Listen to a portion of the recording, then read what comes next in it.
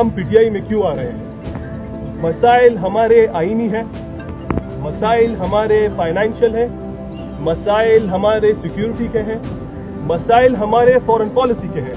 मुझे बड़ी खुशी हुई कि आकिब भाई ने और ज़हीर शाह साहब ने गाजा की बात की। इस टाइम पे आप देख लें, फॉरेन पॉलिसी ले लेते हैं। हमारे केयरटेकर प्राइम मिनिस्टर हैं।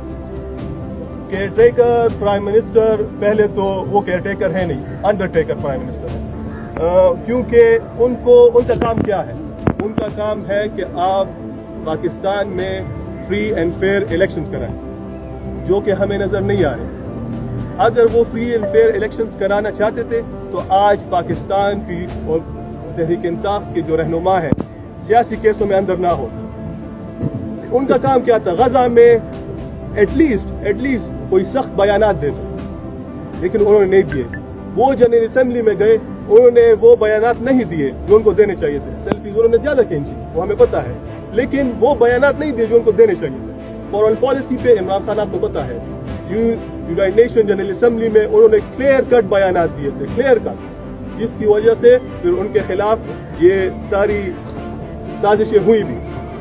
दूसरा हमारा मसला है, हमारा मसला है आईनी।